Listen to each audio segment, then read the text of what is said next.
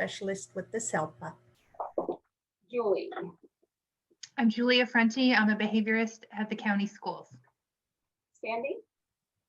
I'm Sandy Kalaki. I'm a school psychologist and social emotional specialist with the SELPA, and also a distance learning mom to a kindergartner and a third grader.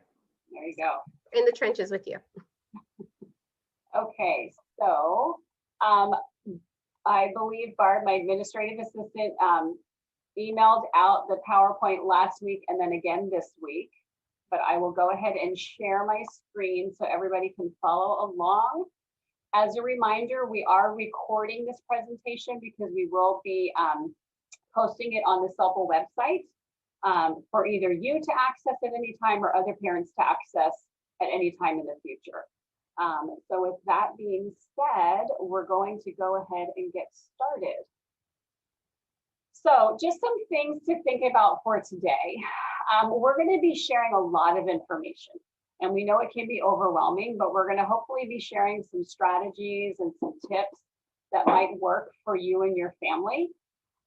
So be thinking about your child or children and what you think might work for them as we go through this afternoon. Be realistic. Select strategies that you think are realistic that might work for you. And a big thing with behavior is we have to be committed. If we're trying to work with anybody who has some behavior that needs to be changed or modified, it'll get harder before it gets easier, and it takes time. So it's not going to happen overnight. And if it does happen overnight, you're going to become a multimillionaire, because that's the trick that we all want to know. So we're going to start off with a very simple breathing activity. I think we can all relate to the level of stress and anxiety that is within our community lately, and with things that might be pending with the way numbers are. So we're going to start with this very simple breathing activity. It's 4-7-8 breathing. This is something that you can absolutely do on your own. I'm going to have to exit for just a minute because I have to fix my volume. Hang on just a second. Or you won't be able to hear her. Okay. Let me go back.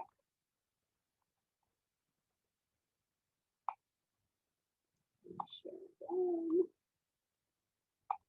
Okay, I'm going to open up this link.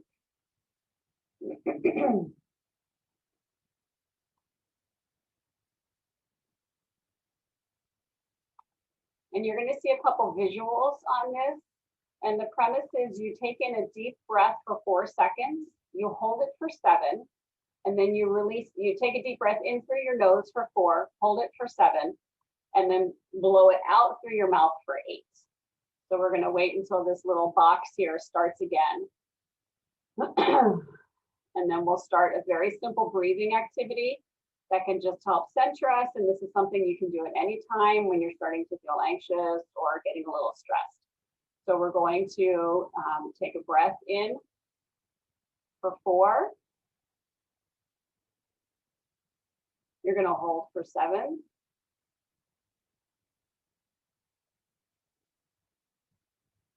And breathe out. Get it all out of your lungs. We'll do it one more time. So you're going to take a breath in for 4.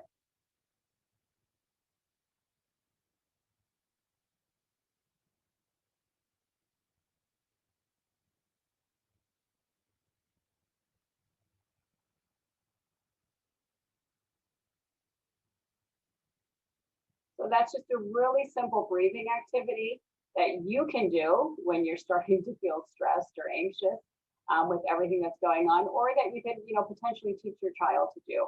And a lot of the classrooms are incorporating some of these mindfulness activities. We will be sharing several other quick little mindfulness tips throughout the evening.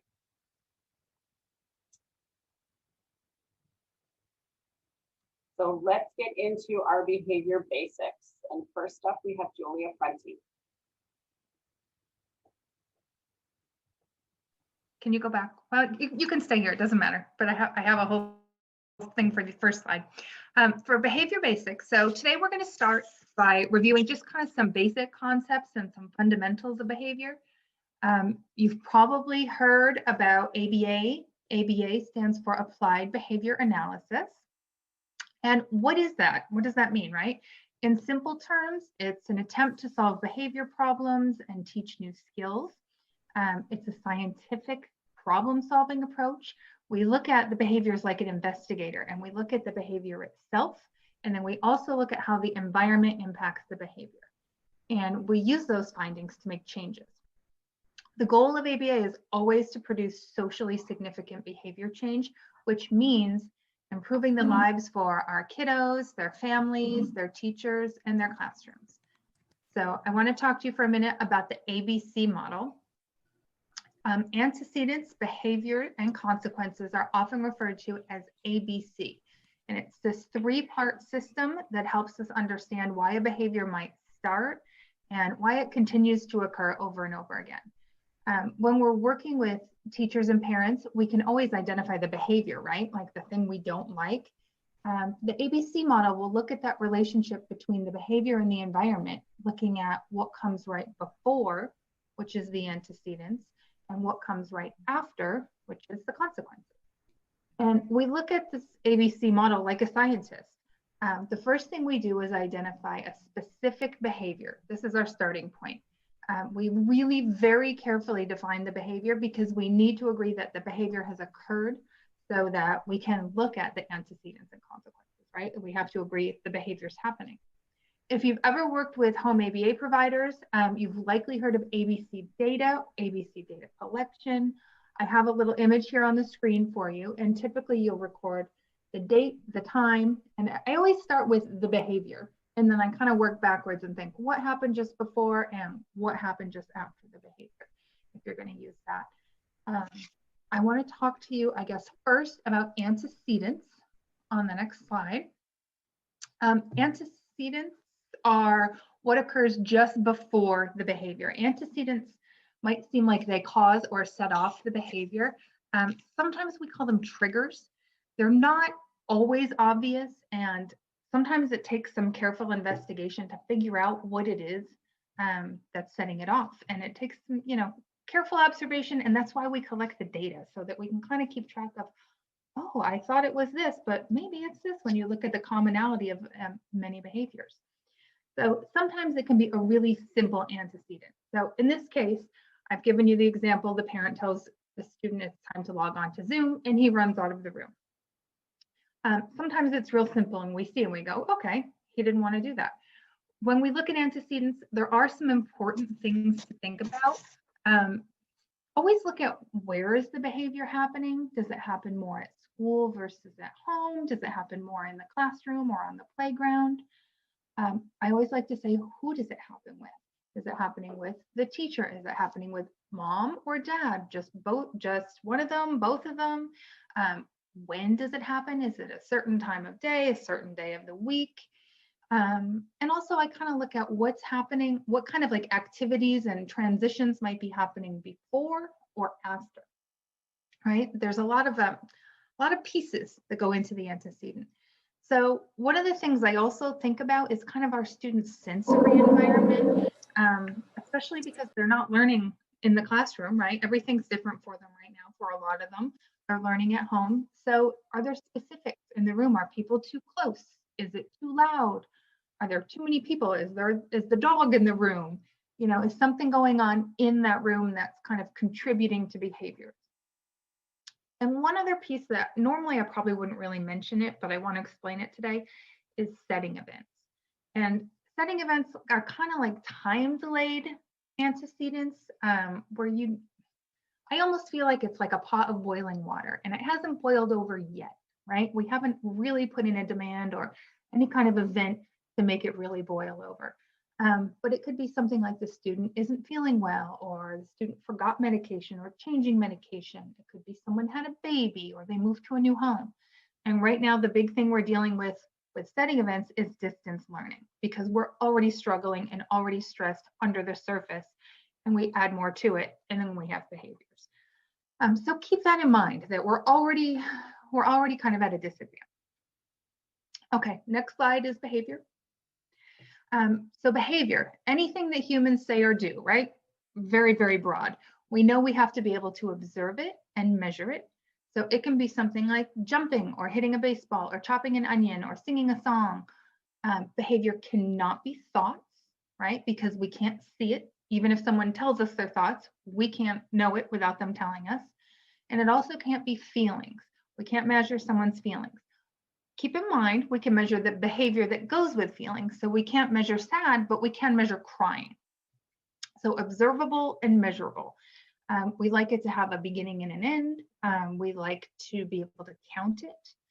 And we define it really carefully so that we can all agree that the behavior happened. And think about kind of some of the general words that we use when we talk about things. I'm gonna just tell you a couple of like not the greatest examples. Disrupting class, right? As a behaviorist, I go into classrooms all the time, and I could tell you off the top of my head probably 25 ways to disrupt a class. So, you know, I just need more information about something like that, like disrespecting adults or using inappropriate language or even refusing to complete work. What does it look like is what we need to know. It's not that they aren't behavior problems, but we need to know more details about specifically what does it look like. So some clearly defined behaviors that we could probably agree that it happened. We would say the student hits an adult with an open hand. So who did they hit and how did they do it? Hit a peer with a closed fist. Sometimes we will talk about the duration of the behavior. So dropping to the floor during a transition, which is kind of a where and a when, lasting up to 10 minutes. We make it real clear so that we can say, okay, that was the behavior. And then we try to figure out the other pieces to the puzzle, the before and the after. Okay, so we'll look at consequences next. And the consequence is what occurs just after the behavior. It's really like the outcome. And the consequence can be reinforcement or punishment, right? It can make the behavior happen more, like, hey, I like that, I'm gonna do that again. Or it can be a punishment where that didn't work out for me, so I probably won't do it again.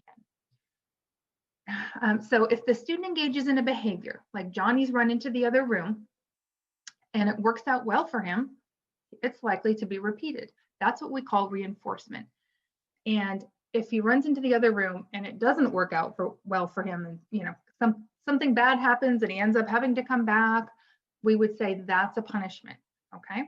What happens after the behavior, whether it's reinforcing to the student or punishing, will determine if the behavior continues. Right? We call it maintaining the behavior. The consequences of the behavior will keep it happening over and over again. The trick is sometimes we think our consequences in our mind, oh, this must be a punishment. The student must not like this, but it keeps happening. So that consequence must be a reinforcer, really. It can be kind of tricky to figure out. Okay, I want to put it all together for you on the next slide. So think about this, your behavior. You're driving 75 miles an hour on the freeway, right? We'll start at the behavior. Look backwards at the antecedent. Why? What happened? Well, you're late for work. You looked at the clock and, oh, I have to go, right? So your behavior, you're going so fast. There's two options for your consequence. The first one is you get a speeding ticket, right? That didn't work out well for you. So like, you're probably not going to want to do that again. We would consider that to be a punisher. If you get to work on time, it's almost like a reward for your bad behavior of speeding, right? You're going to probably do that again next time you're late. Okay, that would be a reinforcement. And I want to show you a video. Watch the consequences here. We'll stop it and talk about it for a minute, but just kind of watch what happens to her after the behavior and see if you think it, works out well or not for her.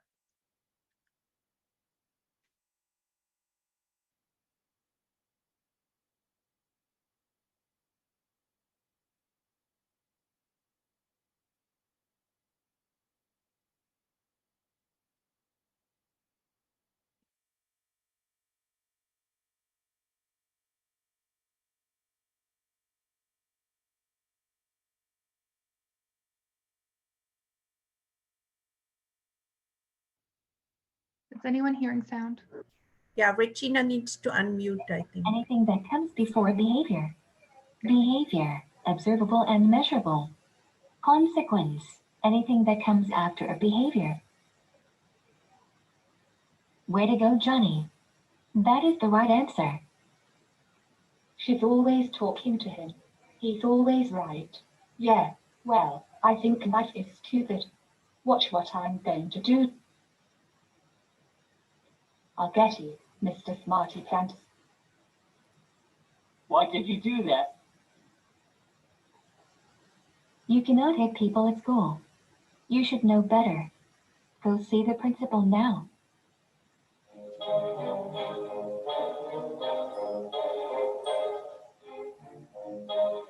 I'm having a great day, Mr. Jenkins. I just wanted to say hi. Great, you're back. Just in time for art and recess. Let's think about what just happened. Did That's Minnie get perfect. what she wanted?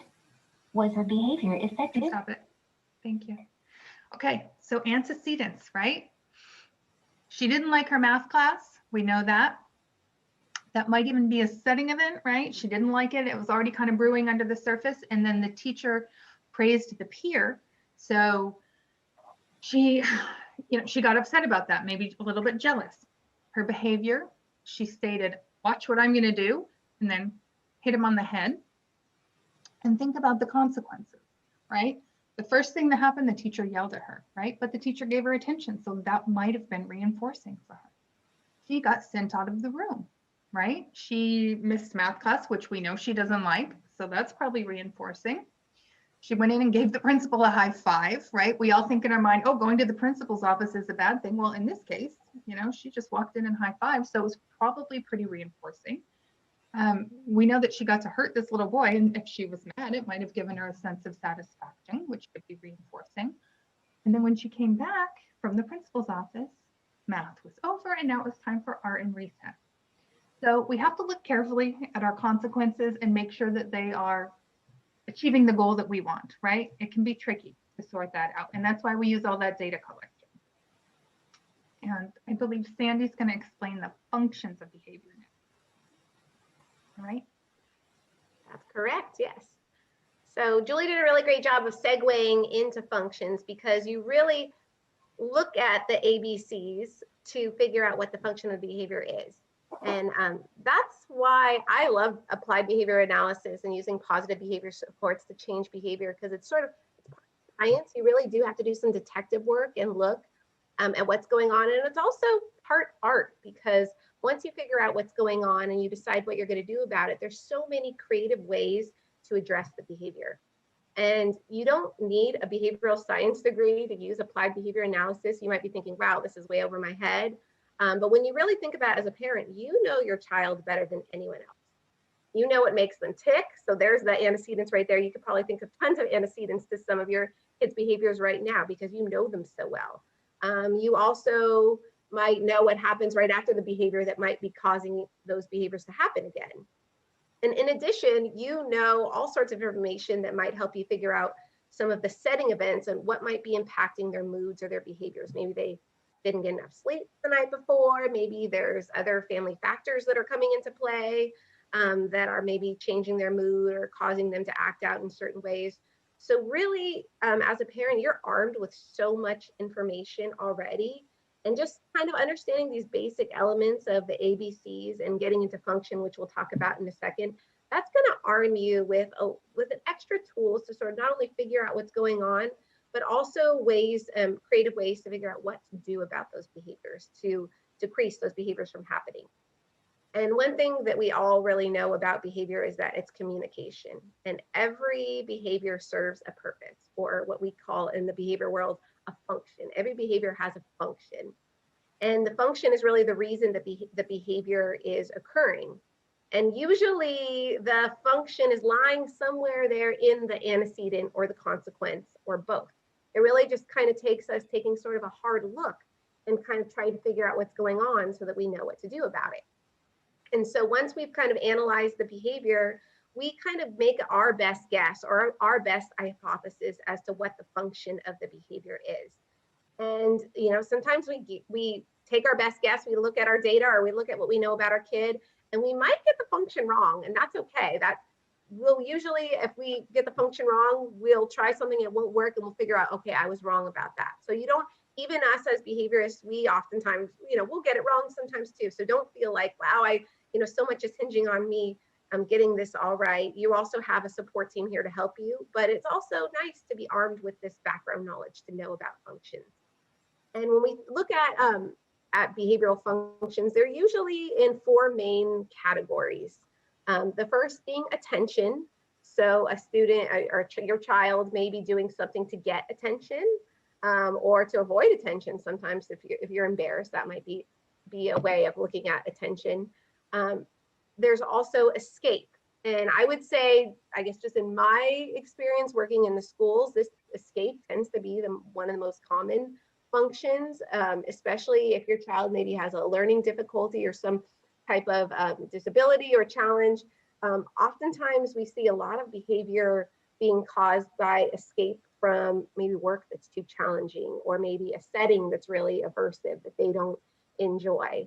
A lot of times people are quick to say, oh, it's attention, he's doing it for attention, because they might be doing things that are sort of outlandish and it looks like, oh, they're trying to get attention. And when you take a closer look, really do that ABC analysis that we just talked about, you can kind of look, okay, well, it only sort of happens around math time, and math is the most challenging subject for him. So even though maybe it looks like attention, it might truly be escape. And if it were to continue to go on where the kid, acts out and gets a lot of attention, then as a result, that may morph into the function where student is learning, oh, that's how I get attention, by acting out in that way. So there's attention, escape, also access to tangibles or activities, meaning there's something sort of tangible or physical that child or your child may be seeking. And this may come more into play even at home than it would be at school, because when you think about at home, a kid has access to his toys.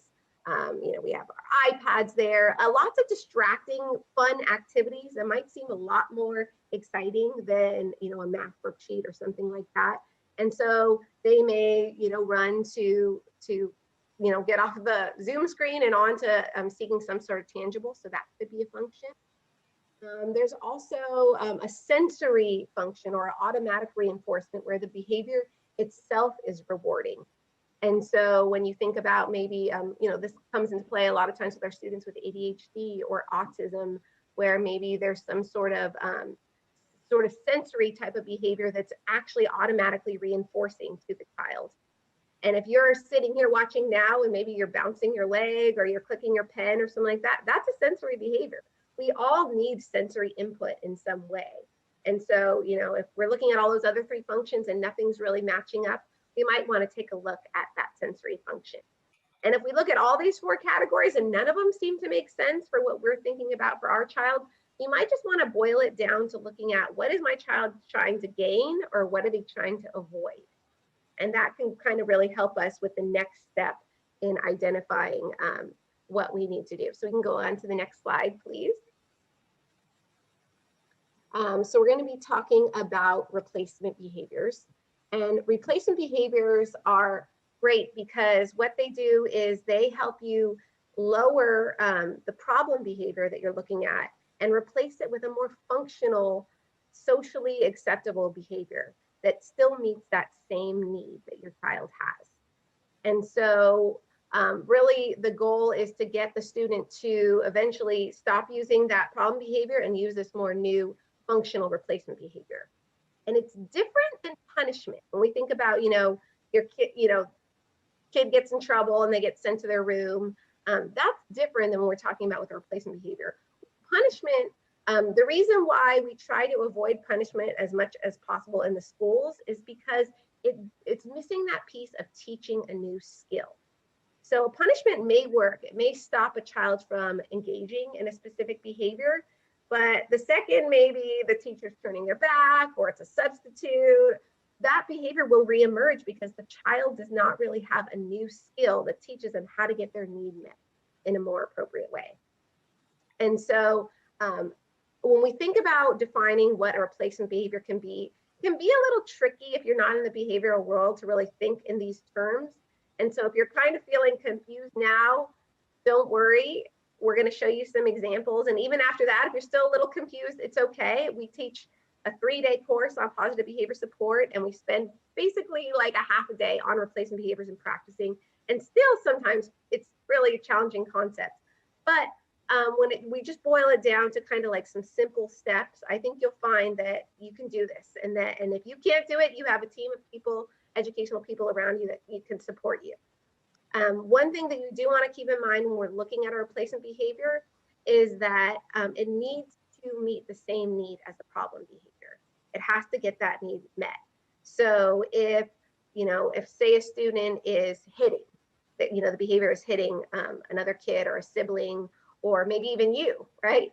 If you try to make the replacement behavior, he'll stop sitting and he'll hit calmly, it won't work. That's not a replacement behavior because it doesn't help him meet that need that he's trying to get met. So if he's hitting, he's doing that for some reason. He's trying to get some need met, and sitting quietly is not going to meet that need. So we'll go into that a little bit more as we give you some examples. You can sort of see how this works out. But one of the things that's so great, if you can successfully teach a replacement behavior, that's something that your child can keep with you for the rest of their life. So if you can teach them something more functional to do than the problem behavior that they're doing now, and they can learn that, they can take that on through all their grades and into their, beyond school to all different settings, to social settings and things like that. And what a gift that would be if you could teach your child a more functional way to get their needs met. One thing that it's important to know about a replacement behavior, and Regina kind of alluded to this already, is that behavior is tough. And so just simply coming up with a replacement behavior and saying, this is what the replacement behavior is going to be, this is what I'm going to get my child to do instead, is not enough. We need to teach that behavior. We need to model that behavior. We need to practice it. And we need to reinforce it, or in more layman's term, we need to give rewards along the way, steps towards meeting that behavior.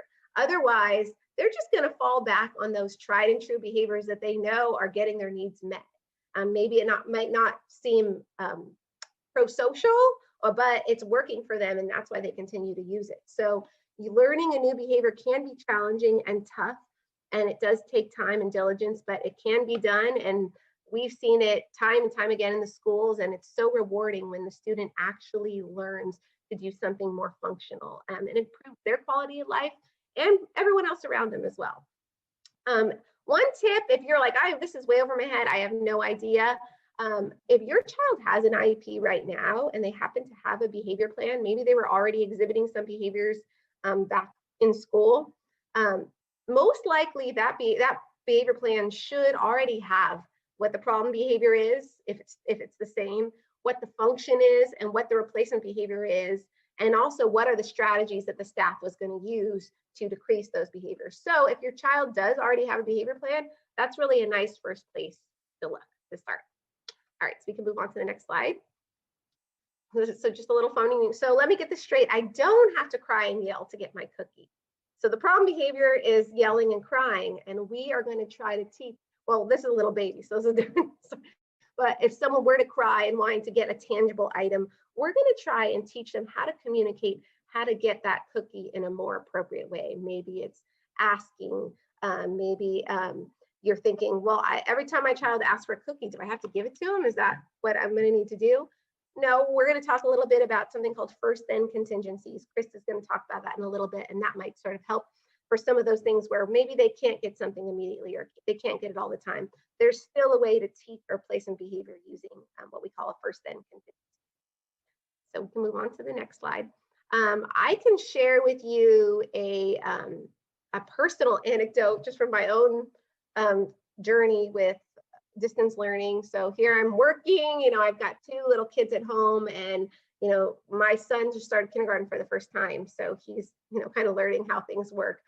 And one of the behaviors that he was doing was he was just calling out. They're supposed to raise their hand, but they're little, and that can be a tough behavior to learn. But he really, it was like, give some other kids a chance.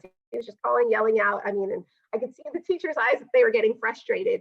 And so I knew that the function was attention. He just wanted the attention of his teacher. He wanted to share. He was excited. But he wasn't going about getting that attention in the appropriate way. He was calling out. He wasn't giving other people chances. And so the replacement behavior would be that I would want him to raise his hand to get the attention.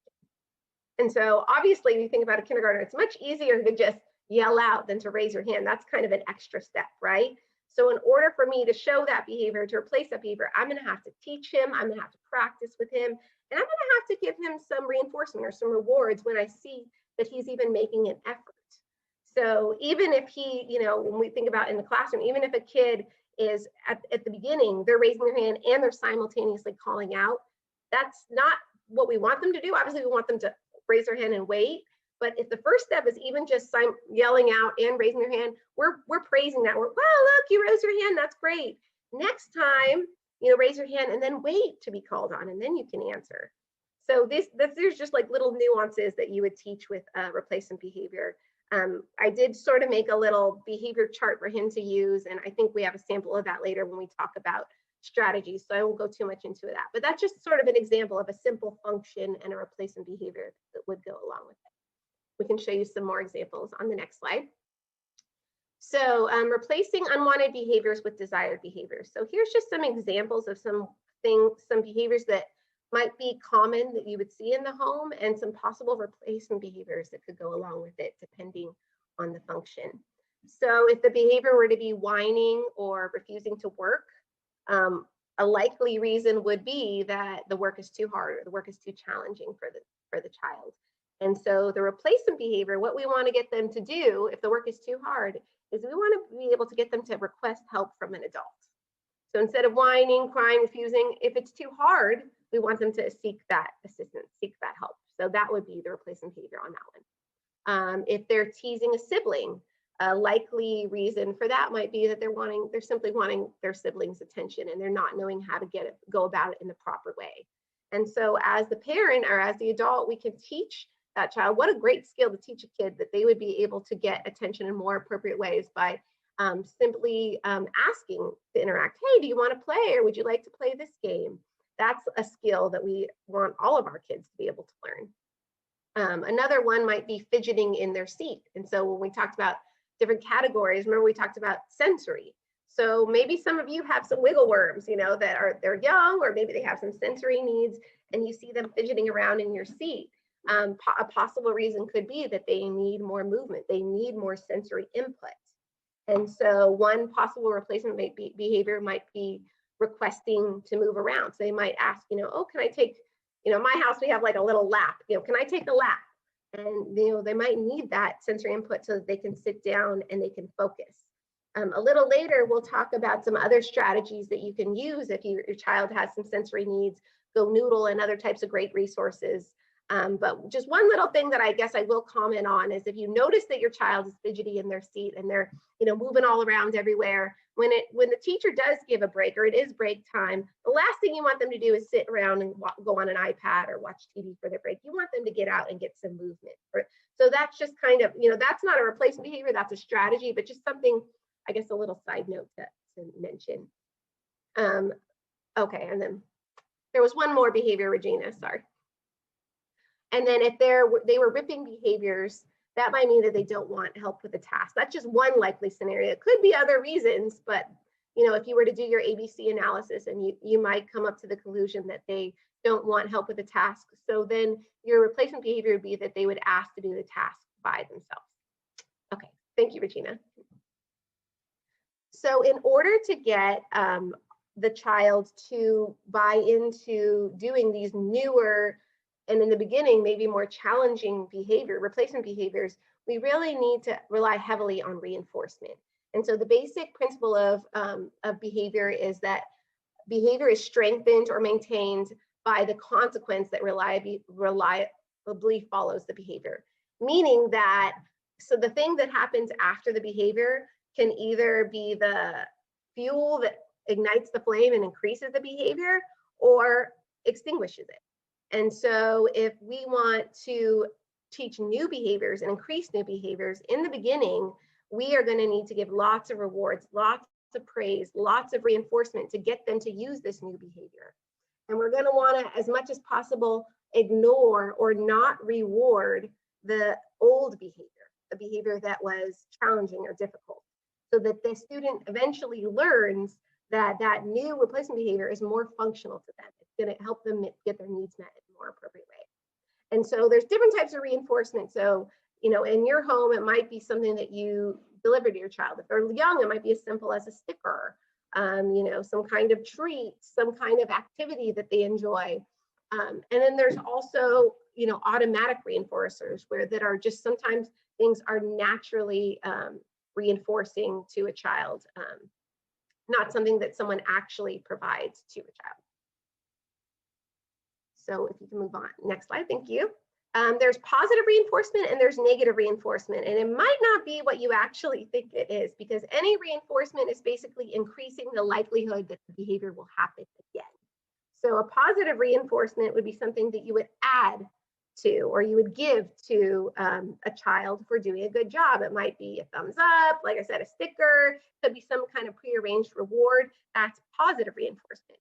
Another powerful reinforcement that you can really use to your advantage is negative reinforcement, which not to be confused with punishment. A punishment is something maybe adversive that you add to someone. A negative reinforcement is you're taking away something that they don't like. And a classic example, one that I love to use a lot in the classroom, especially if the function of it is escape and they're trying to get out, is a homework coupon or a homework pass. And a lot of times I'll work with teachers and say, well, you know, they're not doing any work right now. If we can get them to buy into a system where they do maybe a small amount of their work and then they earn a homework pass, or they earn, you know, a pass on another assignment, can we work with that and then slowly fade that out? So that's something that we, you know, if you think, wow, that really rings true to me, that might be something that might work for my child. That could be something you could bring up to the teacher or to the IEP team. Like, can we use something like that, a homework pass or a class pass, to get them to at least buy into doing some of the work? So that's just, you know, one example of how you would use negative reinforcement. Just a little funny slide. So here we've got a guy, he's up for, he's done a great job. The boss is so grateful. He says, here's a little something extra for you. And then what does he open up? He's got his Pokemon cards. And that kind of makes me laugh because I've got a whole bundle of Pokemon cards here, because that's hugely reinforcing to a lot of my kids. And now, even with distance learning now, we're working on goals. And if they're meeting their goal, I'm mailing them Pokemon cards. We're still keeping that system going because that's exciting. But if I were to, you know, if your boss were to say, hey, you know, we ran out of money, but we will offer you, you know, an advanced trainer, you would not be very excited about that because that's not reinforcing to you. So it's just kind of a little funny cartoon to illustrate the note that whatever we do decide that we're going to choose for reinforcement, it has to be something that's motivating to the child. And usually when we're at school, we might use something we call a reinforcement survey, where we're, you know, asking the child what they like, or we're asking the parent. And that's still something that you could technically use at home, but one of the advantages if you have it as a parent is you know what your kid likes. You observe them, you know what they like, you know what they dislike. And so that might give you even a better advantage that we would have at school as to what you could use as a reward for your child to, if they were to be able to learn these new skills and extinguish some of their more problem behaviors. So just something exciting to learn about. And later in the presentation, we're going to talk about something called a choice board, which is just another tool that you can use to help with reinforcement. So I will move on to Krista, and she has lots of great, more exciting things to share with you. Okay, so what we're going to be looking at right now is what we can do at home, or some things we can do in the environment to prevent the problem behaviors from happening. So these can be seemingly simple things like practicing gratitude and a positive attitude, and they can be more difficult or elaborate things such as setting up routines and a defined workspace. So you have the power to set the tone for the day, and your child will likely follow your example. What are you noticing about the boy in the slide? So he's sitting in a defined workspace, hopefully free from most distractions. He has his materials next to him, as well as some comfort items, toys, activities. He's focused on his work. So it seems that the things in his environment are supporting his good work habits. And so that's what is meant by structure or setting the stage for learning. So we're going to look at some of these structures on this slide a little bit more in detail. So the first thing we're going to talk about is gratitude. So gratitude is actually a mindset and a practice that has been very widely studied, and it has been found to be an effective antidote to negative thoughts and emotions, hopelessness, and depression. If you practice gratitude daily for just a few minutes, it can have really great benefits. So in these challenging times, for example, what are you grateful for? What are the things that, you wake up in the morning and you say, well, at least I have this, and I'm grateful for that. So on this slide, you will see some examples of how one can practice gratitude. So for example, you might do a daily sharing. It can be over the dinner table or at some time when you're all sitting down together. So we talk about 3 positive things that happen over the day. What are 3 positive things that we experience today? If the child can write, we can do a gratitude journal. So a journal where we write down the different things that we're grateful for. We can do some end of the day routines. When we're done with the day, we can talk about, what was sweet and what was sour about this day, or where were the thorns and the roses, what was fun, what was not so fun. And for a more simplified strategy, for kids who maybe are a little bit less verbal, we can say, what did I do today? And what did I like? And what I didn't like. So I liked, my lunch today. I didn't like when, I didn't get a turn in a game. So those are just some examples of how we might be able to practice gratitude in our day. Another strategy or mindset or meditative practice that I wanted to just briefly touch on is mindfulness. And we're going to be talking more about mindfulness later on when Kim will be presenting a little more information on it. But just to kind of set the stage, mindfulness is a meditative practice. It begins with paying attention to breathing in order to focus on the here and now. Not what might have been or what we're worried about, just what's happening right now in this particular moment. And the ultimate goal with mindful practice is to provide enough distance from disturbing thoughts and emotions to be able to observe them without immediately reacting to them. And there's a website, if you're interested in this, you can go to childmind.org. And it gives you a lot of great examples and introductions and, different research. And so it's a good overall research website to kind of browse through to if this is something that interests you. We're going to talk about positive attention and praise because, of course, we talk about that a lot and we make a big deal about how important it is to provide our children with positive attention and praise.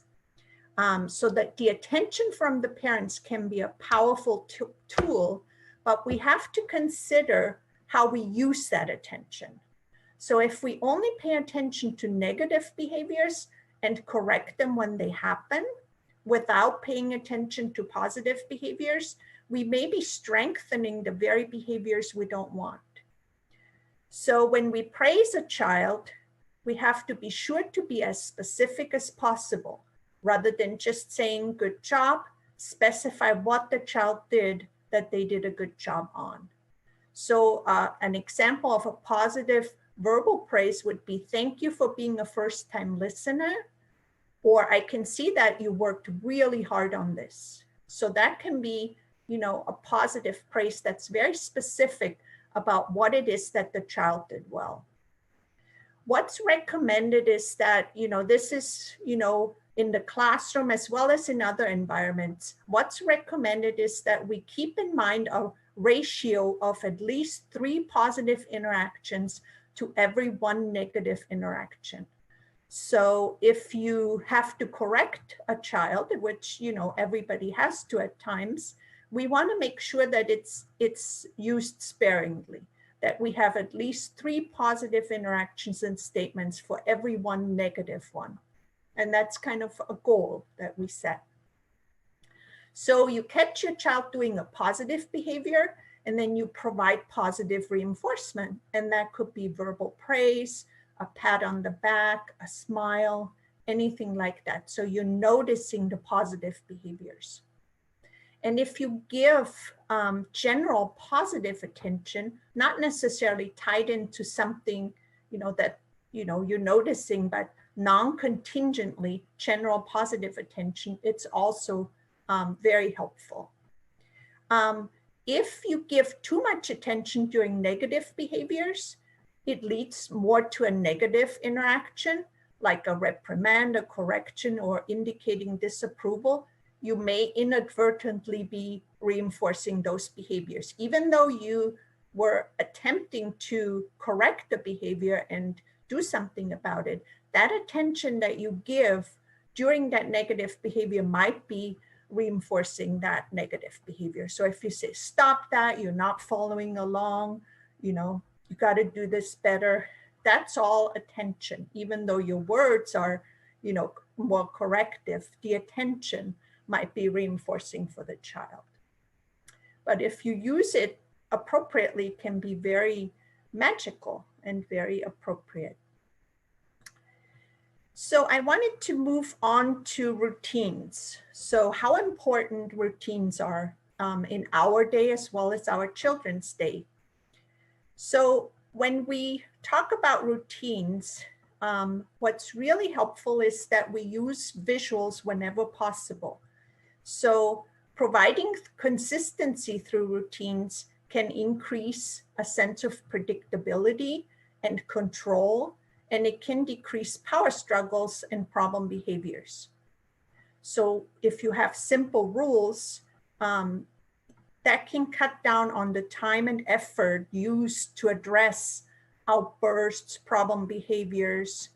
So for example, if the rule is that between 8 and 3, each school day, the TV or the video games are turned off, then that is a rule that is easier to follow than waiting for the child to access something they're not supposed to, and then, correcting that. So if that's our rule, the rule is between such and such time each day, there's no TV, then it makes it easier to enforce those rules. So structuring the day is really important. So what is this particular time used for? So it's time for, lunch right now, or it's time for work right now. Rules are really important. Workspace. So having a defined workspace where we sit down and we do our schoolwork or our online learning.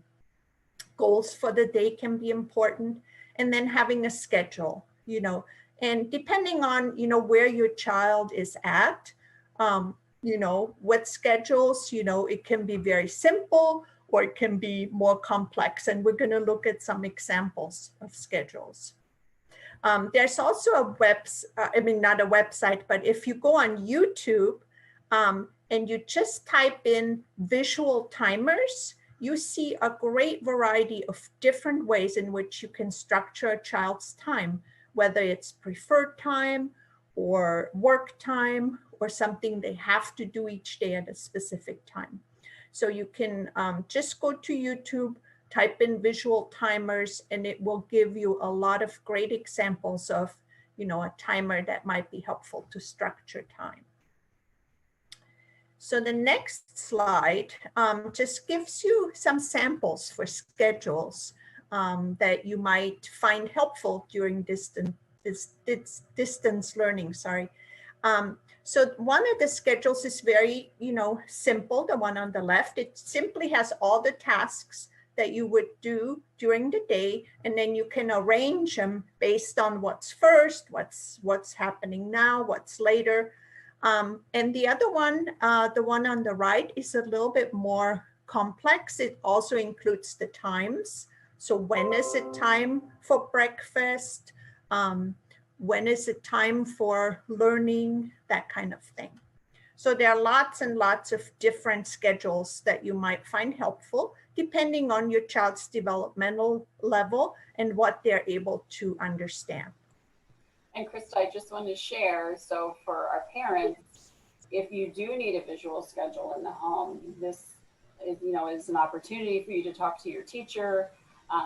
Teachers, paraeducators can definitely put schedules together and send them home. I know several districts are using transportation to get materials home. So if you do need something in the home, we encourage you to reach out to your case manager, to the team that's supporting your student, and say, hey, this is what I need. And they should be able to put something together for you.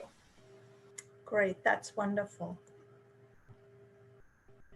So there's a website that is very, very helpful if you're interested in putting together some visuals, schedules or work tasks, or pictures for kids to kind of follow a routine.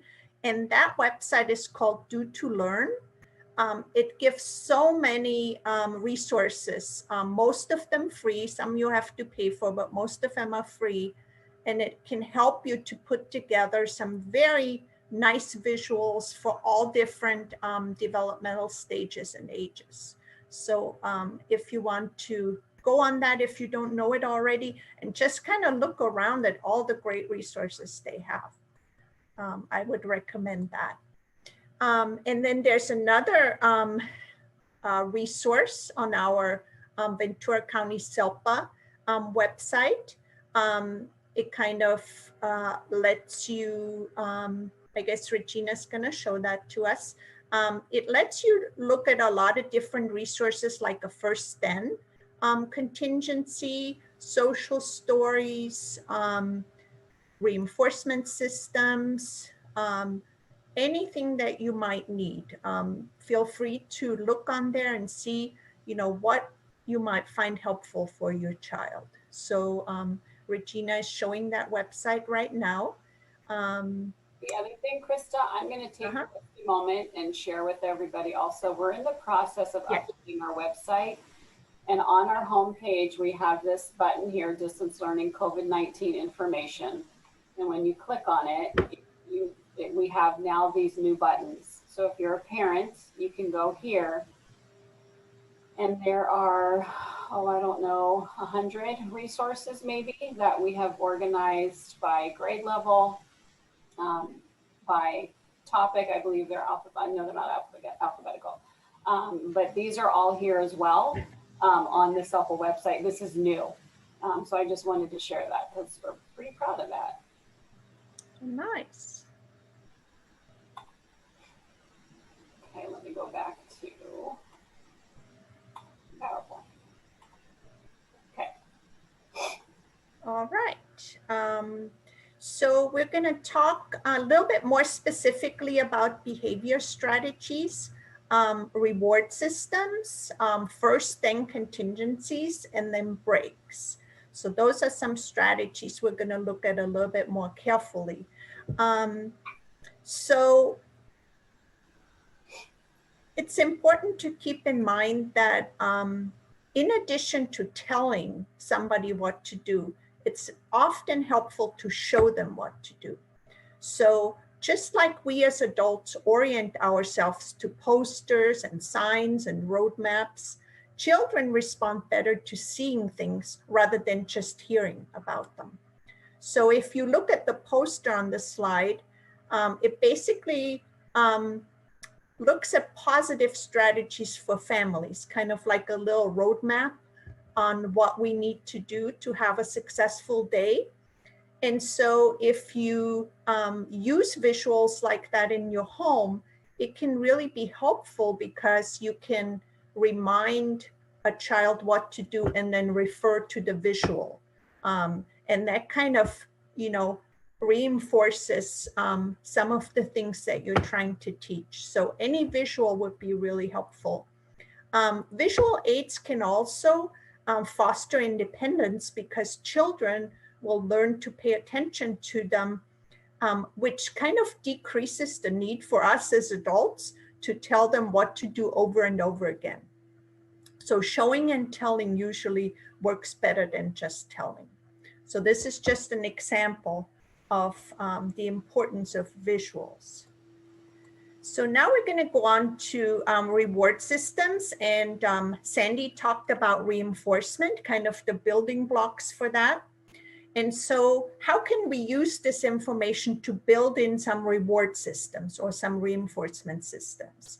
So one of the important things to keep in mind is that the reward for the appropriate behavior should be bigger than the reward for the inappropriate behavior.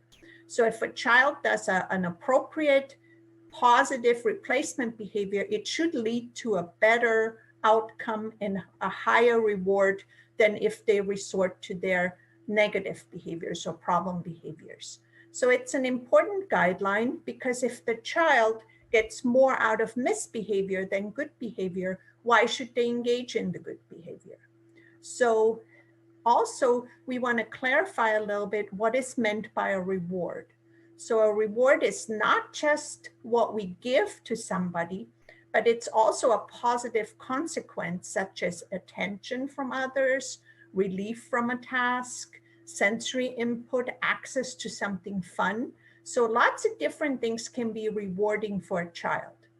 So as long as we use that principle that they should get more out of doing a positive behavior than a negative behavior, I think we're on the way to really building a meaningful reward system for the child.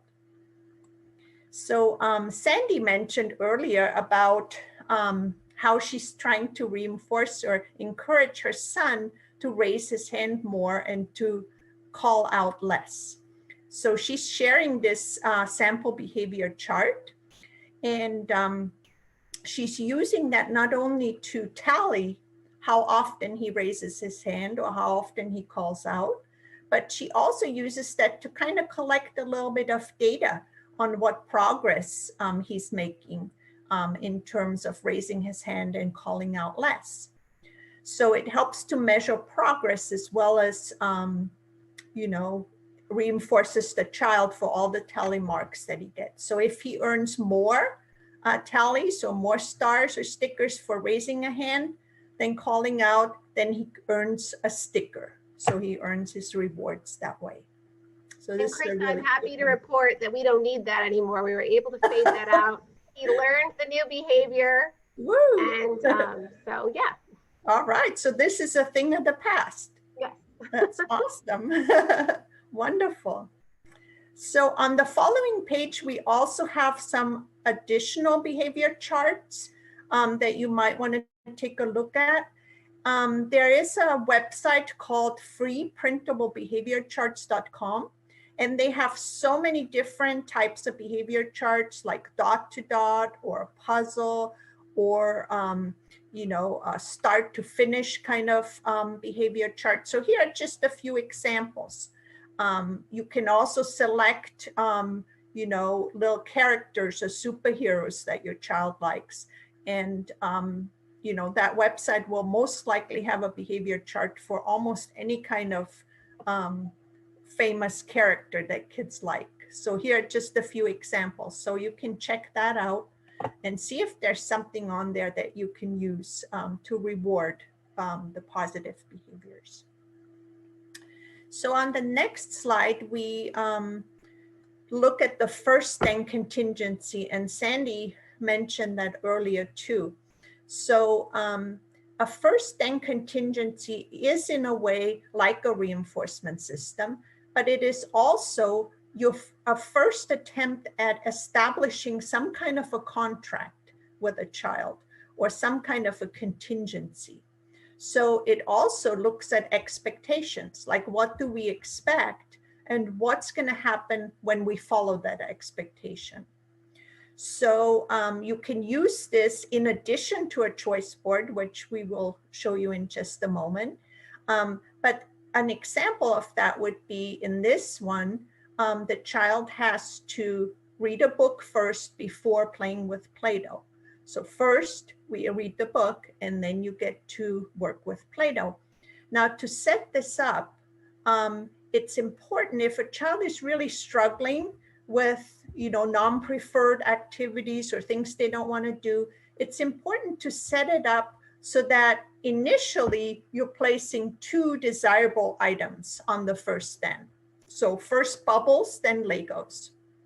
And then once they understand that concept on that little schedule, then you place a picture of a less preferred activity in the first box and then a highly preferred activity in the then box. Like in this example, the first the book and then the Play-Doh.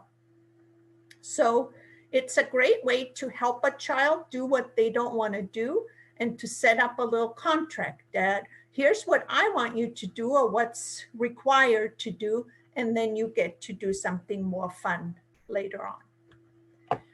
So this is the choice board that we talked about. And this is basically to take the guesswork out of rewards or reinforcers. So a child would pick out what they would choose as their reward, anything that they find reinforcing. And in this example, it's all visually represented.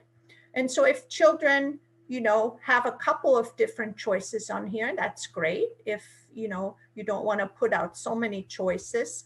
You wouldn't put anything on there that you wouldn't have time for or that they couldn't really access. So make sure that what's on the choice board as a reward is something that they can actually use or access.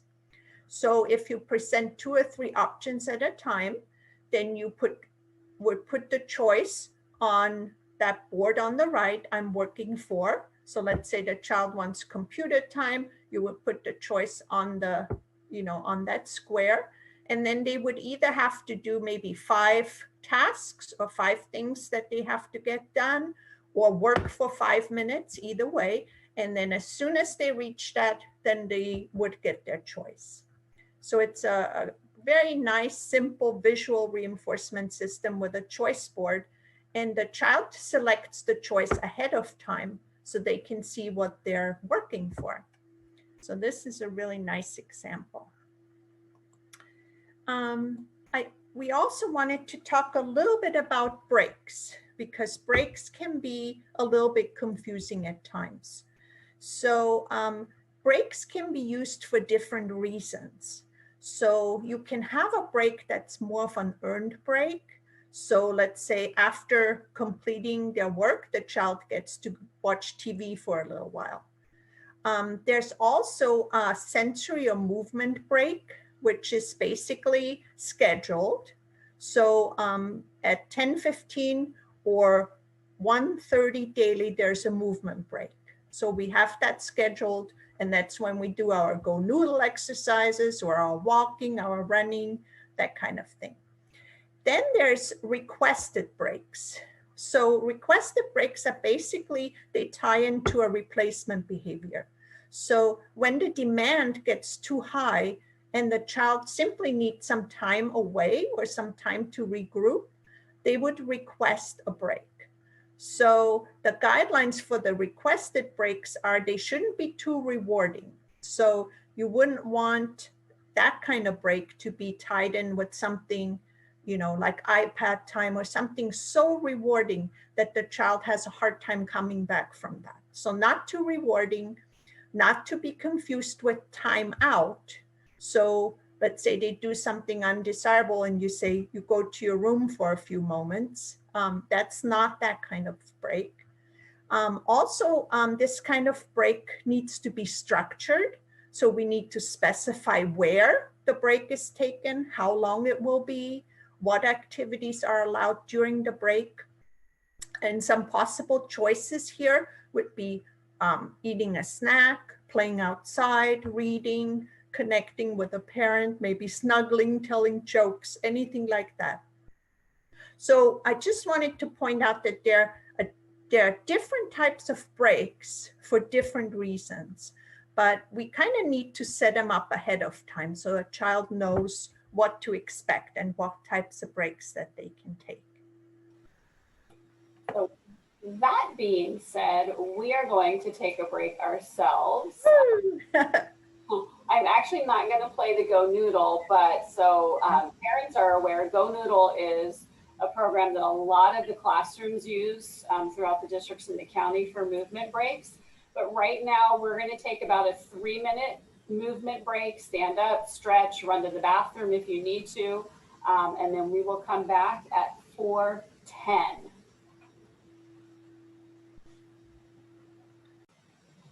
Not hearing any. We are going to move on to Kim. All right, welcome back from the break. So we're going to switch gears a little bit and talk a little bit about emotional regulation, a little bit more about the feelings that may go with the behaviors. And something that we know is that when we're not emotionally regulated, we're really not able to learn. So it's one of those things that when behavior's not going well, emotions are running high, we're not in that ready to learn kind of state. So we have to deal with that first before we can get that learning in there. So this is a little video that talks about the neuroscience underneath the feelings essentially. And it's designed, this one is designed more for kids, I'd say probably depending on development, but probably late elementary and above. But it talks a little bit about the brain and how it works and what's going on underneath all those feelings, which can be really empowering. I think when emotions are running high and then behavior, incidents happen, we may feel bad, our kids may feel bad. And really, we're all human. Our brains all work the same way. And this kind of breaks it down a little bit and can show kids, hey, like this is what's going on with our brains. And we can learn how to do some different strategies and skills so that we can handle these feelings and behaviors in a different way. Okay, just tell me when to stop it, Kim, okay? Okay, maybe around 2.5, 3 minutes, just to kind of give some info. No. Imagine that you really want to play. We can't see it, Regina. When the bell rings, sorry. you can't find your. Forgot to share. I think I have this down by now. Your shoes. When you finally get out to the field, the teams have been picked and it's too late for you to play. Maybe you got so mad that this small problem became a big problem in an instant. When we lose control of our emotions like this, we can call it flipping your lid, kind of like the way a pot might do if it was too full and too hot. A little while later, after you've cooled down, you might even feel sad when you realize that when you had a big reaction to a little problem, you could have hurt someone's feelings. What if I told you that this happens to everyone? Your parents, friends, teachers, and everyone else you know can flip their lid and lose control of their emotions sometimes. We all need to work on managing our feelings. Have you ever wondered why we can have such a hard time keeping our emotions under control? It can be really tough being a kid these days. There's just so much going on every day, at home, at school, even after school.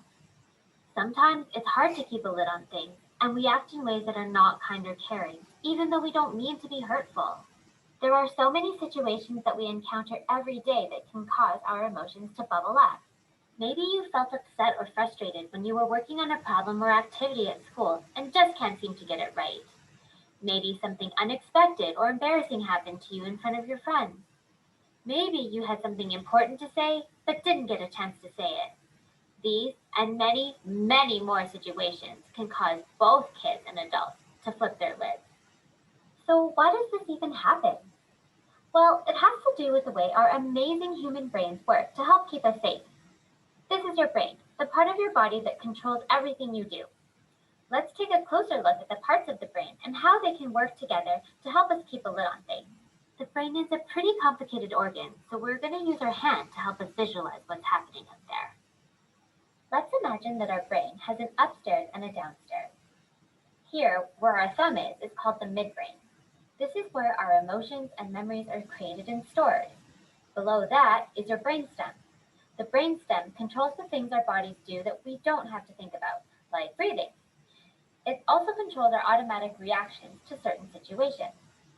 For example, if you touch a cup with hot tea in it and it's too hot, your downstairs brain feels the pain and will pull your hand away to stop you from getting burnt. It's an automatic reaction. You don't have to stop and think about what to do.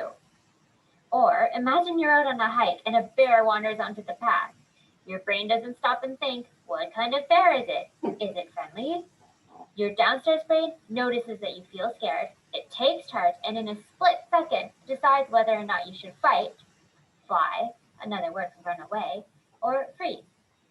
Because of the way our downstairs brain reacts to these situations, we can think of it as our emotional brain because it reacts instantly without needing to think things through. It's always ready to take charge in any situation to help keep you safe. So,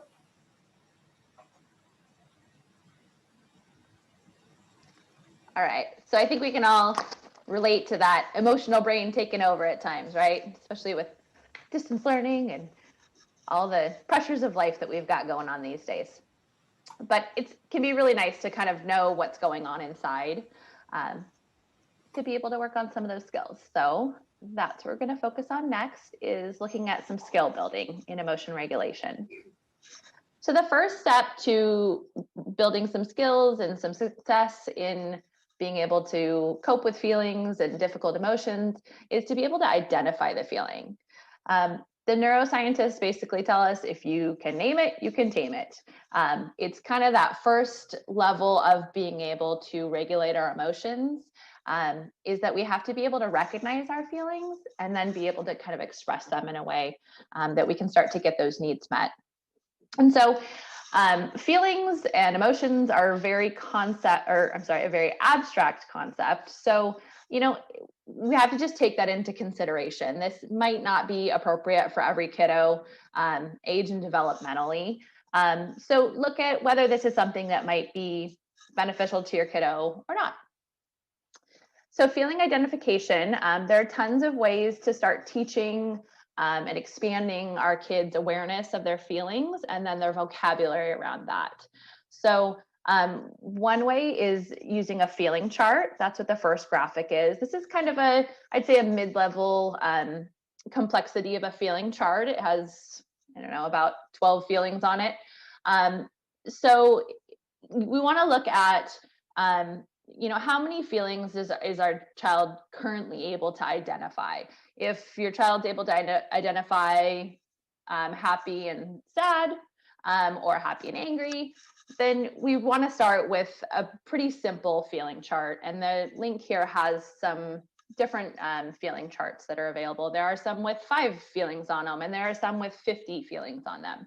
So you really want to look at where your child's at and then just expand a little bit more from where they're at currently.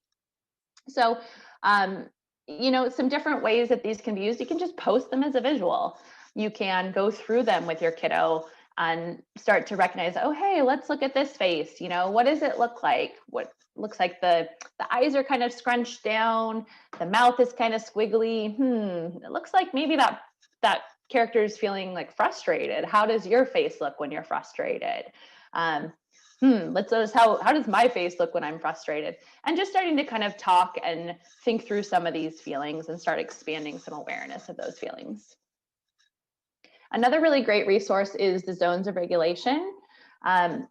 We've started to see the zones used in a lot of different classrooms and school settings. So your kiddos may already be aware of the zones of regulation. If that is something that your child is already aware of and used in school, it might be worth asking your school team how they use the zones of regulation and if they have any materials to send home for you. Because it can be a really great curriculum and tool to work on feeling identification And the great thing about zones is it's not only identifying how we feel, it's also sensory and physical regulation, which is really bridging both of those together. So this is kind of their hallmark graphic. It's the zones of regulation, and it shows the 4 colors. So the green zone is kind of the target zone that we want to be in when our kids are in school time and ready to learn. So it's kind of a happy and calm feeling, feeling like ready to learn, focused, having enough energy to attend and pay attention, but not too much energy and not too little energy.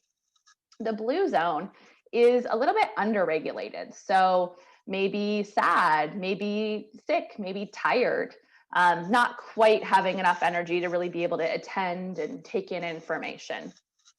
The yellow zone is a little bit too much. So maybe a little frustrated or a little worried or nervous, and maybe a little wiggly, maybe too much energy.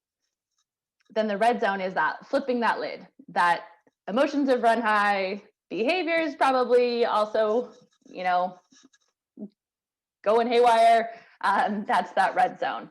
And so the zones of regulation is a curriculum that developed out of the social thinking kind of group. And there's just strategies and lessons to help kids get from the red or yellow or blue zone back to the green zone and ready to learn stage. The link on the bottom of this slide shows Leah Kuipers, who's the creator of Zones of Regulation. It's a YouTube video of her creating a home check-in, like a family check-in for the Zones of Regulation. So if it's something that your family and your child is already like exposed to, that might be a cool video to watch and see how you could create a home check-in for zones to practice those skills. All right. So once we've got some awareness of our feelings, then we can move on to teaching and modeling the coping skills. So coping skills are strategies that we use to essentially, you know, handle those difficult emotions, be able to regulate those feelings a little bit better. So the first graphic is actually out of the Zones of Regulation. It's the lazy 8 breathing. And so some of you might have seen this. I think it seems like it's becoming a little bit more popular. So it's a visual graphic where you use a physical component. You actually trace the 8 as you're breathing in, and then as you cross the star, you breathe out. And so it's teaching kids to slow their breathing and do that calming breath. I don't know if anybody's tried to teach kids how to do calming breath, but typically the first thing that happens is they go and start to hyperventilate. And that actually takes emotions way over.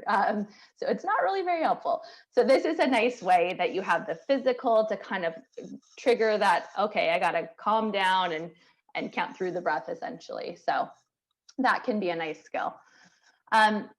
Coping skills are really not a one-size-fits-all deal. So what works for me may not work for you. What works for my kiddo may not work for your kiddo. So we need to start kind of just noticing, what are some of the activities that my kids do that they seem a little bit more calm, or that they maybe gravitate toward when they're having a hard time. And so we don't want them to be like those primary reinforcement activities. But, you know, some activities that, you know, maybe drawing or coloring, if that's something that you notice your child seems to be calmed by and enjoy, those are a good place to start in looking at some coping skills. And so the center graphic just has it's just a visual of, for this child, these are things that are a nice go-to for coping skills. And it's a nice reminder to have them posted or have them on a little binder ring and be able to flip the cards. Because in the moment when emotions are escalating, it's nice to have something visual or tangible to just kind of point to, or say, hey, let's look in your coping box real quick. Just pick one out and then you can go do that. Definitely not wanting to have to think of a coping skill when feelings are escalating. And the last graphic on here is an example of our social story. And so social stories can be a great way to teach those coping skills as well. The Glitches and Big Deal coping or social story is more of a problem solving social story, but it does include the coping skills in it as well. So we probably are all having tons of to-dos and tasks that we have to do with our kiddos in the distance environment. So we want to find ways to have this kind of social emotional learning and emotion regulation teaching be fun. So anywhere we can kind of throw it into something fun that our kids are going to enjoy is going to be better for us and them, I think. So just some ideas. There's a lot of ways that we can throw feeling identification and coping skills into games. Jenga is a great way. So I have a Jenga game, and it's the one where you pull out the blocks and make a tower, and then it crumbles. And so I've just gone through and labeled the blocks with feeling words. So when the person pulls their block out, they look. I have one reader and one non-reader at home, so I'll read the words to my non-reader, and then they'll have to, whatever that feeling is, they'll have to either kind of describe what that feeling is, or think of a coping skill, or how they would handle that feeling, or maybe a time they had that feeling, and it kind of just gets that dialogue going in a fun way while we're still playing Jenga. Feeling bingo or coping bingo is a really easy way to practice these skills. If you Google feeling bingo or coping bingo, you'll get tons of free printables. Same thing with the coloring and art activities. There are a lot of really great, fun little crafty printables online. Reading books on feelings is another great way to just, most of our kids have to do that 20 minutes of reading a night. So let's sneak in there some of the feeling vocabulary and teaching. So for our younger kids, that might be some of the more, talking about feeling mad, or, there are some pretty direct feeling books for the younger kiddos. For older kiddos or developmentally more advanced kiddos, it can be just their English homework. Most of our kids are probably reading books or literature or something in their class. So maybe it's talking about, hey, what happened in your English assignment with those characters? Oh, wow. They got into that conflict. How do you think this character felt? How do you think this character felt? Wow, when I feel that way, it's pretty tough. How would you handle it? How did they handle it? And just kind of opening a dialogue about that. All right. So problem solving goes along with, once we know what feelings are going on, we can start to identify them and express them. We have some coping skills that we're aware of. Then we're going to have some tools to be able to solve some problems. And problem solving is a huge skill that we definitely all want our kids to be good at. And it's a pretty complex skill. So these are some ways that we can break it down into more of a simple step-by-step strategy that we can practice so that our kids can get good at tackling those problems. So in this first graphic, our problem solver, we've got a 4-step problem solving strategy. So first, it's just, what is my problem? Recognizing there is a problem, what is it? Then identifying, what are some things I could do about this problem? The third step is, if I choose this, what's the outcome going to be? And then the last one is, okay, pick one, try it out. In the next graphic, it's a bit more of an advanced one. So this is kind of putting all the skills together. So this is looking at, what am I feeling? So feeling identification. What was the trigger? What happened? What was the antecedent? Oh, I was doing math and I had 2 of them wrong. And I really don't like to have things be wrong, because then I have to do them over again, right? So maybe our kiddos can start recognizing, oh yeah, I really don't like that. And then the bottom part is some coping skills that they could potentially try. And we can even add in the positive replacement behavior that we'd really like them to do instead. So if they're able to recognize, oh yeah, when I get those corrections, I really feel mad and frustrated. And when I feel mad and frustrated, instead of ripping up my work, I'm just going to ask for help, or I'm going to ask to not have to do those corrections. Maybe I'm going to ask my teacher and just say, hey, I'm feeling really mad about this. I don't want to do those corrections. Is it okay if I take a break from that right now? All right. So we're going to shift back a bit to mindfulness. And so mindfulness can be used as a calming tool. There's, like Krista mentioned, a lot of research. I think about 30 plus years of research now on mindfulness.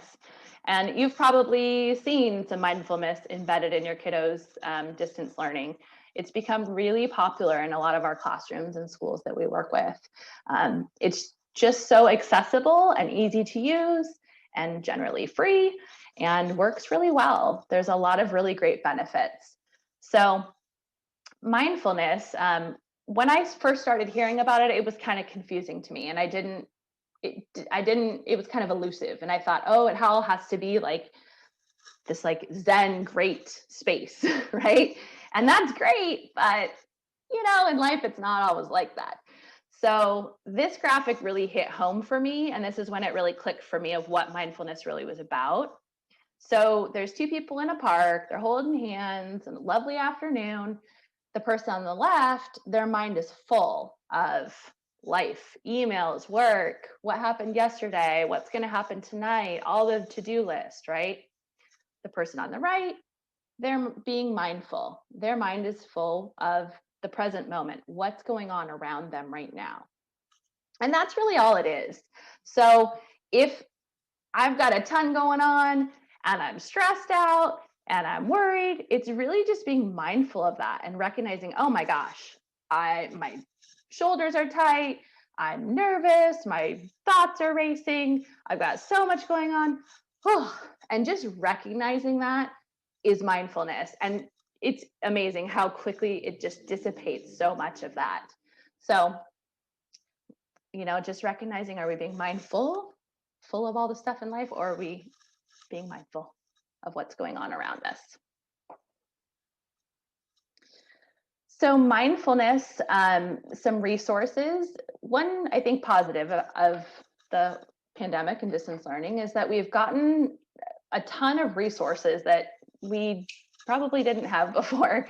So there are so many mindfulness resources out there. These are just a few.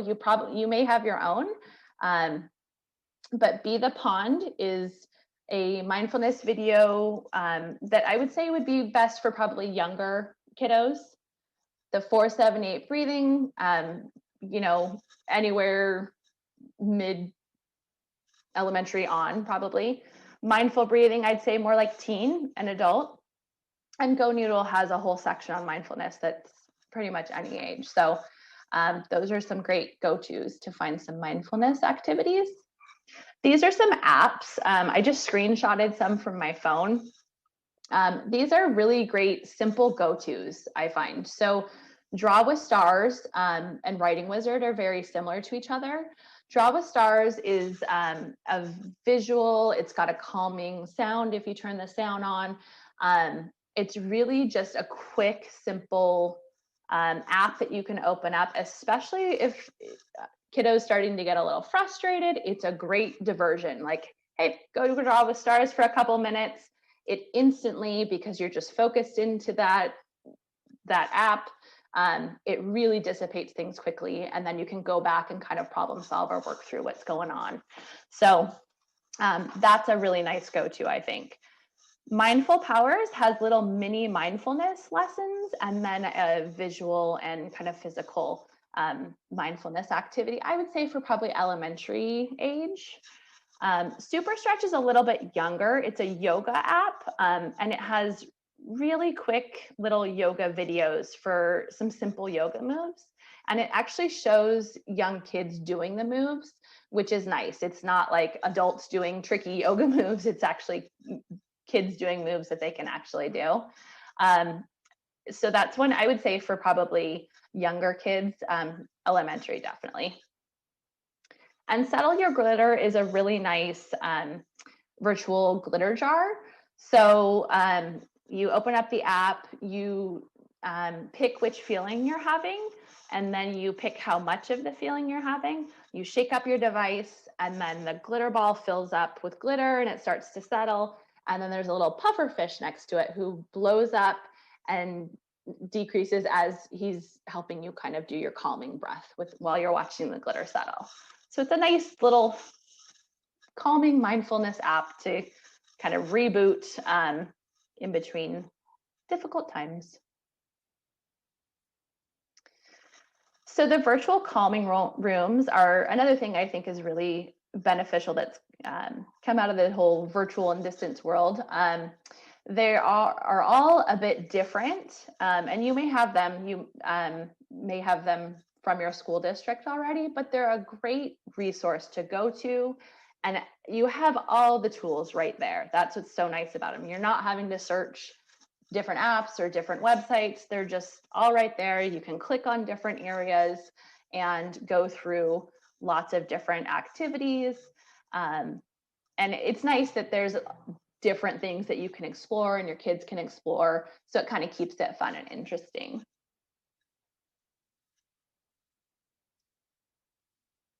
I really like that website. Yeah. Is that yeah. from Keith Matheny? Is it that one? Yeah. Yeah. Yeah. So there's three of those that are linked in the presentation that you can access, and they're a nice place. Before our presentation, I clicked on one and there was like this beautiful fish aquarium, and I was like, ooh, I'm going to take a mental vacation right there. And it was really nice. So they're great to just have at your disposal whenever you might need them. All right. Okay, so I know we've shared a lot of information, and hopefully there are some things that you'll be able to pull away with you after we end in a little while. So we just wanted to remind our parents who are here this evening that you are part of the team, obviously, for your students. And we're hopeful that even during this time of distance learning, that you're communicating and collaborating with those school people who are supporting your students. We know this is extremely challenging right now, and we don't know what's going to happen over the next couple days or weeks with the way the numbers are. So we can expect that anxiety is still going to be pretty high, and feelings are still going to be pretty intense. So we just want to remind you to have those conversations with the people who are working with your child. What's working? What isn't working? Are you aware of the accommodations that are on your child's IEP? Because even in a distance learning environment, those accommodations, if they can be implemented, should be implemented. Are we still using those accommodations to help your child be successful? So this is an example of an accommodations page that could be used, that could be in someone's IEP. This is, for a student who has probably a higher cognitive level than some others, just looking at some of the things that are in place. But again, are you familiar with the accommodations that are in your child's IEP? Do some of them need to be updated when you meet again, even in this distance learning environment? So we want you to be empowered to be able to know what your child needs and how to advocate for them. Here's another sample. A lot of visual schedules, visual expectations, visual cues, praise for specific behaviors, increased verbal response time. It just depends on what the needs are for each specific student and what accommodations they need to be successful. I know some districts use Google Slides or use Google Classroom as opposed to Zoom or some other platforms. So this was just something Sandy had pointed out while we were putting this presentation together, is that within Google, you can activate the software you can do for voice activation. You can click tools and then select voice type speaker notes. And the words will then be dictated. You still need to proofread for accuracy. And it only works in the notes section of the slides. I know we've had Katie Novak here a couple times doing presentations for parents, and she's turned on to closed captioning while doing slides at the bottom. Yeah, it's a very cool feature. So there are different things that are out there that we can use to help support the students and the parents. As we started off in the beginning, self-care is important. And I'm just going to share, I'm saying even now, I think it's even more important just because of the stressful times that we're living in. Let yourselves off the hook. We're all human. We're going to make mistakes. We're not perfect. And we want to achieve progress and not perfection.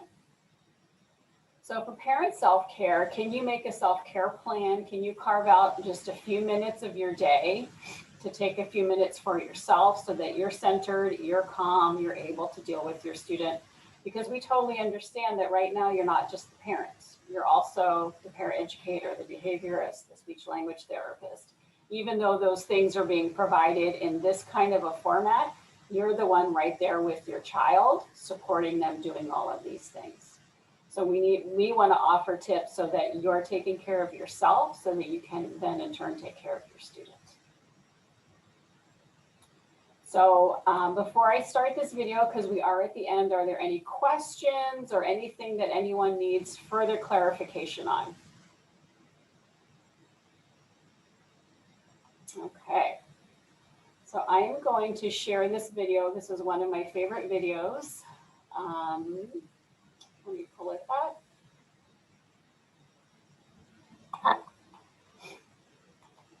Share the screen, and then when the video ends, you are free to leave, and we really appreciate your time today. And if you do have any specific questions, please don't hesitate to contact me here at SELPA, and I will help I get really mad when my brother hits me a lot. I don't like it when you say you don't want to play with me. When I'm mad, my brain can get a headache and it can start hurting. Your blood keeps pumping because you're like really mad. And you start to get sweaty because you're getting really, really mad. And then when you start getting really mad, you turn red. When your body can't really control yourself, mad just takes over your body. I just get out of control. It's kind of like if you had a jar and then the jar would be your brain and then you put glitter in the jar and that would be how you would feel. If you shook up the jar and the glitter went everywhere, that would be how your mind looks. And it's like spinning around and then you don't have any time to think. And you sometimes punch stuff and people when you don't really mean it. When I get angry, I feel it in my heart. I really don't like when I get angry. The amygdala really reacts, but the prefrontal cortex tries to keep it down. When I feel like I want to, get really angry and yell, I just sometimes, take deep breath. First you find a place where you can be alone, then you find some way to relax and calm down. When I need to calm down, I take deep breaths. I breathe in through my nose. Sometimes I close my eyes or just take deep breaths. It's coming down, it's not moving. It's slowing down and then it stops. And the heart pumps slow and then it goes into your brain. It's like all the sparkles are at the bottom of your brain. My brain slows down and then I feel more calm and then I'm ready to speak to that person.